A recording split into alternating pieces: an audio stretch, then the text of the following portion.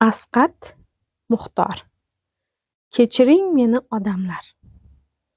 O'zbek xalqining atoqli yozuvchisi Asqat Muxtor opa-singillar, tug'ilish, davr mening taqdirimda, chinor, amur amallari, kumush tola, daryolar tutashgan joyda, ildizlar, Buxoroning jin ko'chalari kabi qissalari, hikoyalari va she'rlari bilan milliy adabiyotimizga katta hissa qo'shgan.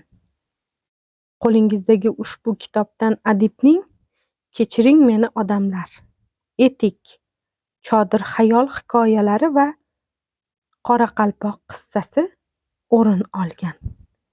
Kechiring meni odamlar hikoyasida avtobuslar Shohbekati yonida uyda yolg'iz o'zi yashovchi Xachcha xolaning qo'ni-qo'shnilari, mahalla-ko'ydagi odamlar va hattoki avtobus kutib o'tiradigan yo'lovchilar u avtobus haydovchisi bilan samimiy munosabatlari tasvirlanadi.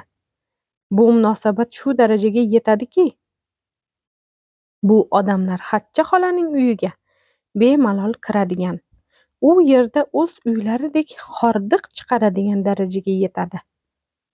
Hamma bundan xursand. Etik hikoyasida mansab obro' yo'lida hattoki o'z otasidan voz kechgan mansabparastning dabdaba va hashamatga o'chligi, hattoki o'z dafn marosimining ham dabdabali o'tishini o'y xayolida rejalashtiradi va shu illati tufayli yuz bergan achinarli, fojiali qismati o'tkir hajv bilan tasvirlanadi. Qoraqalpoq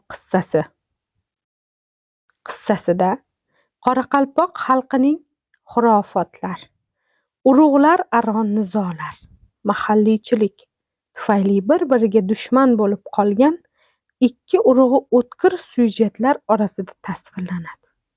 Bu asarni o'qir ekansiz, haqiqatning yolg'onni, sadoqatning xiyonatni, adolatning yovuzlikni, ilm-ma'rifatning jaholatni yengib chiqqaniga guvoh bo'lasiz. Asarda kutilmagan tub burilishlar, detektiv voqealar, yuz bergan tabiiy ofatlar va afsonalarning tasviri qalbingizni larzaga soladi.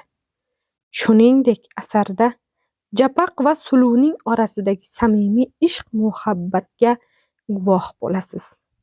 Aziz kitobxon, ushbu asarni Chirchiq shahar axborot kutubxona markazidan olib o'qishingiz mumkin.